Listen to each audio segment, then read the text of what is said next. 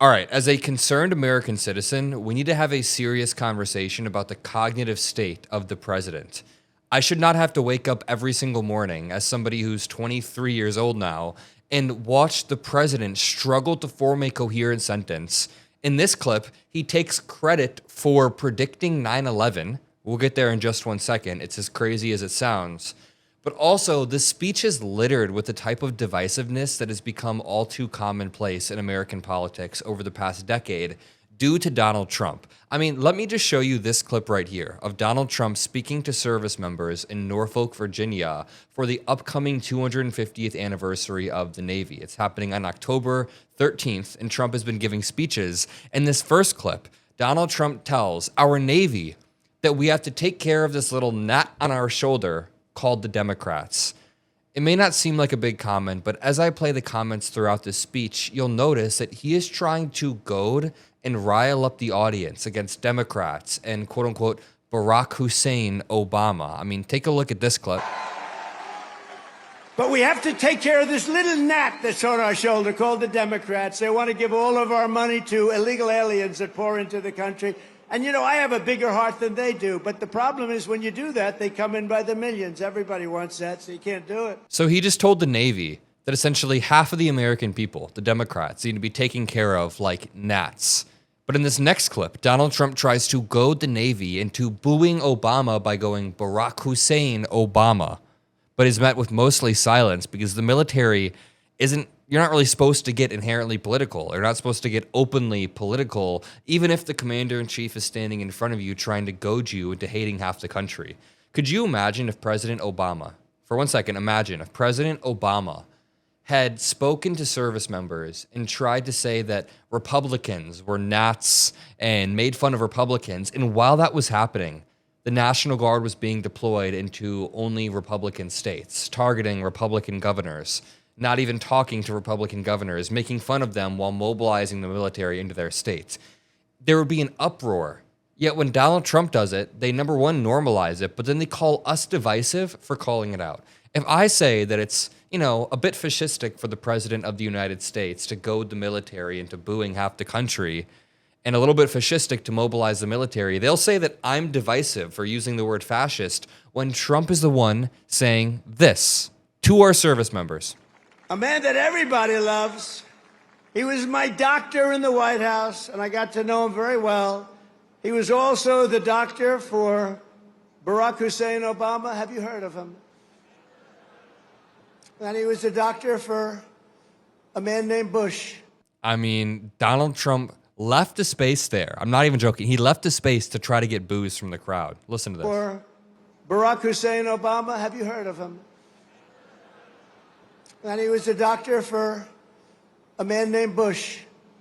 And at a press conference, they asked him, who's in the best shape? Who's the healthiest? Who's the strongest? Who's the best physical specimen of the three? He said, that's easy. President Donald Trump. And I said, I love this guy. Trump is definitely in better physical shape than Barack Obama. But this is the point.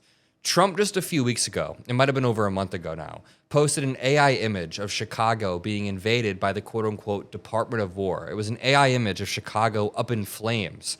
And you can say that he's joking, but you can't just call everything a joke over and over and over to justify electing a clown. Donald Trump has said that, his Chicago thing was a joke, but the military is actually in Chicago now. He said that his targeting of opponents is just messing around, yet Comey is actually being indicted now after he asked Pam Bondi. So Donald Trump standing here in front of our service members saying this is absurd, it is divisive, and there is no comparison. There is no analog for Joe Biden or Obama doing any of this whatsoever.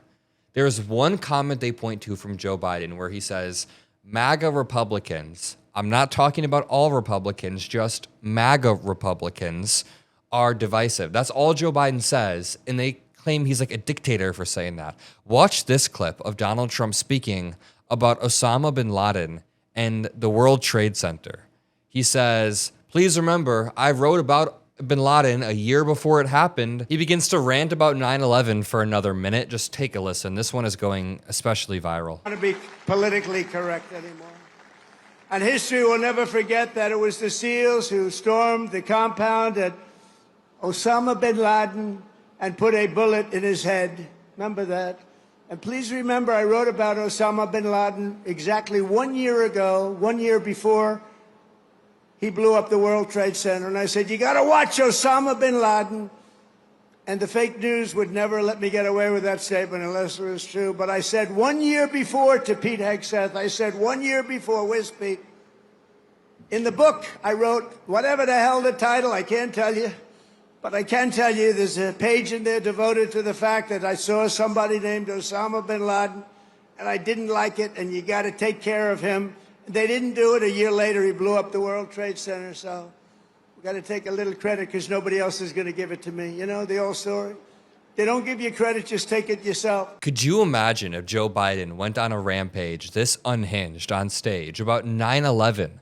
Conservatives would have this as a 3-week news cycle, a 3-month news cycle, yet every single day Donald Trump does something like this. Every single day there's a new type of Watergate. And just to add some context, when I was doing research, there was a book in 2000 that was published by Trump, but it was ghostwritten. It's been proven to be ghostwritten. I'm 90% sure Trump hasn't even read the book. That's why he says, I can't tell you the title. There's one sentence in there that refers to the 1993 bombing of the World Trade Center, and it says, Osama bin Laden's a dangerous person.